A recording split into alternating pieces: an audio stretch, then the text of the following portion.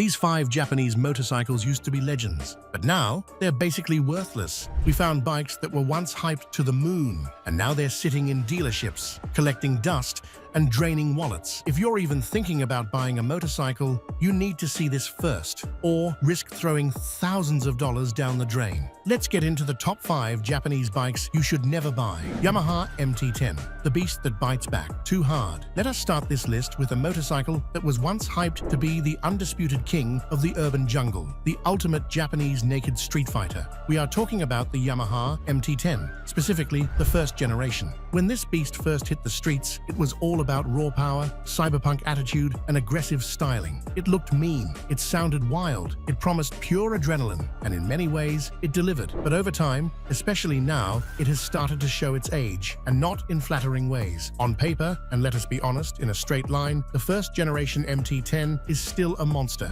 It comes equipped with a 998 cubic centimeter inline-4 engine derived from the Yamaha R1. It cranks out a very solid 160 horsepower and 82 pound-feet of torque. That is serious muscle, and it put the MT10 firmly in the heavyweight class of naked sport bikes. But all that power came with a price. Many riders quickly discovered that the throttle response was brutally sharp. Some even called it unpredictable. Owners described it as jerky and snatchy, especially at lower RPMs. Tight, technical riding became a nerve-wracking experience, and for less experienced riders, it bordered on unsafe. That was just the beginning. Add to that the overwhelming vibration through the handlebars and foot pegs, a constant numbing buzz that wore riders down. Then there was the fuel consumption. It was bad. Riders struggled to hit even 35 miles per gallon. It guzzled gas like a muscle car. And while it had basic tech for its time, traction control and an anti-lock braking system, it quickly fell behind as other bikes started offering advanced rider aids. There was no cornering ABS, no customizable ride modes, no colorful digital dashboard. Nothing that would keep it competitive today.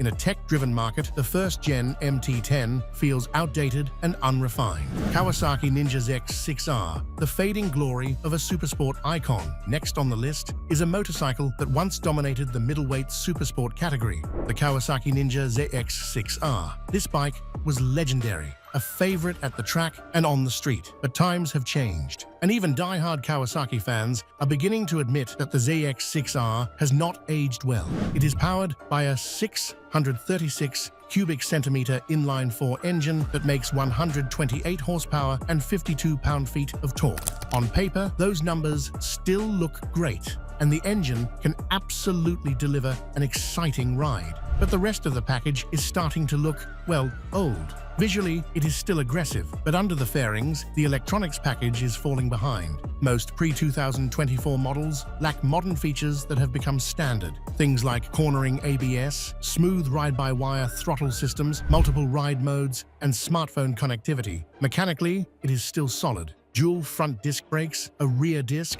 high-quality Showa suspension, and a stiff aluminum twin-spar frame. It can carve corners like a scalpel, but at around 430 pounds, with aggressive ergonomics, low handlebars, high rear sets, it is punishing to ride daily. On a racetrack, it shines. On the street, it feels like a chore. If you are not doing regular track days, the ZX6R is tough to live with. The competition has moved forward, and this bike has not kept up. Kawasaki Ninja E1, the electric dream that fell flat. Finally, we come to the #1 most disappointing Japanese motorcycle, the Kawasaki Ninja E1. This was supposed to be a game changer, Kawasaki's first all-electric motorcycle, a bold new chapter. But it did not just fail to live up to expectations, it rewrote the manual on how not to launch an electric bike. The Ninja E1 runs a dual battery setup, which sounds promising, but the performance is shockingly underwhelming. It produces the electric equivalent of just 9 horsepower. Yes, you heard that correctly, 9.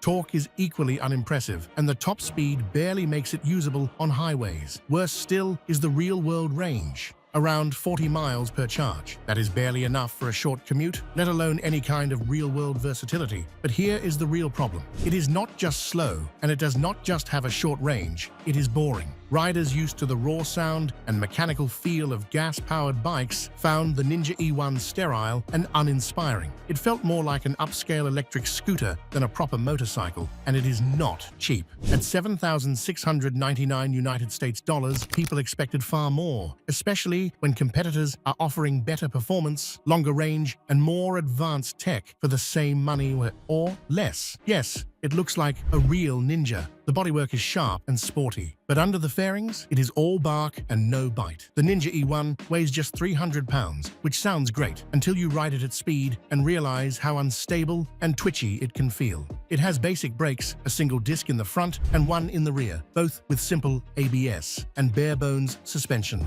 No adjustments, no premium components. It is a bike that tried to be revolutionary but ended up being forgettable. Suzuki Boulevard S40, the cruiser that time forgot. This next bike is like a leftover VHS tape in a 4K world. It is the Suzuki Boulevard S40, a single-cylinder cruiser that has barely changed in decades. On the surface, it looks approachable, maybe even charming in a retro kind of way. But under the tank, this thing is frozen in time, and not in a good way. Let's break it down. The S40 runs a 652 cubic centimeter air-cooled single-cylinder engine. Sounds decent, right? But it only puts out around 31 horsepower and 37 pound-feet of torque. And because it is a big thumper, it vibrates a lot. Not the kind of character most riders are looking for.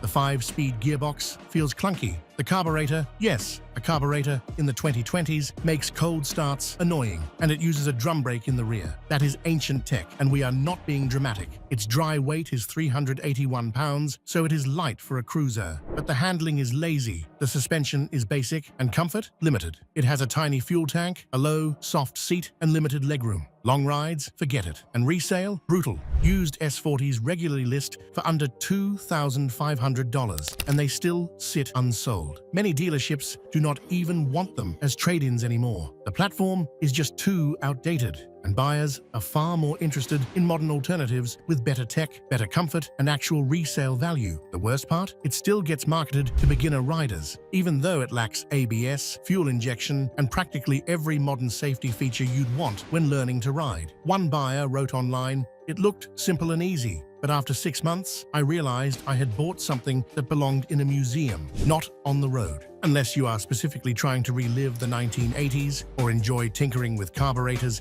and rattling mirrors, the Boulevard S40 is one motorcycle you absolutely need to leave behind. Number 5. Honda CBR 500R, the middleweight that missed the mark. Next up is a bike that tried to be everything, but ended up being nothing special. Meet the Honda CBR 500R, a motorcycle that's stuck in the most awkward identity crisis of all time. It was supposed to be the perfect middleweight sport bike. Not too powerful, not too intimidating, just right. But the problem? It is heavy, slow, and priced way too close to way better bikes. Let's start with the engine. It is a 471 cubic centimeter parallel twin, making about 47 horsepower and 32 pound-feet of torque. That might sound okay on paper, until you realize the bike weighs over 425 pounds wet. That is cruiser territory for a supposed sport bike. Acceleration is mild, throttle response is tame, and after just a few weeks, most riders outgrow it, especially when you compare it to the Yamaha R3, which is lighter and more fun to toss around, or the Ninja 650, which actually feels fast. The CBR 500R ends up in no man's land. A compromise that no one asked for. And here is the kicker. It is not cheap. New, these bikes push close to $7,000 United States dollars. And on the used market, they drop fast. You will find lightly used models listed at $4,000 or less, and many of them sit unsold for months. Why? Because people who want sporty go for real performance, and people who want affordable go smaller and lighter. And sure, the CBR 500R has anti-lock brakes, decent build quality, and Honda reliability, but it is boring. There is no excitement, no edge, and nothing that makes it stand out. Riders describe it as fine, safe, and predictable, which is motorcycle code for "I'm selling it next spring." If you want a real sport bike, go faster. If you want something to learn on, go lighter. The CBR 500R is a motorcycle that tried to play it safe and ended up forgotten. So there you have it, 5 Japanese motorcycles that went from heroes to total heartbreaks. If this video saved you even one bad decision, smash that like button.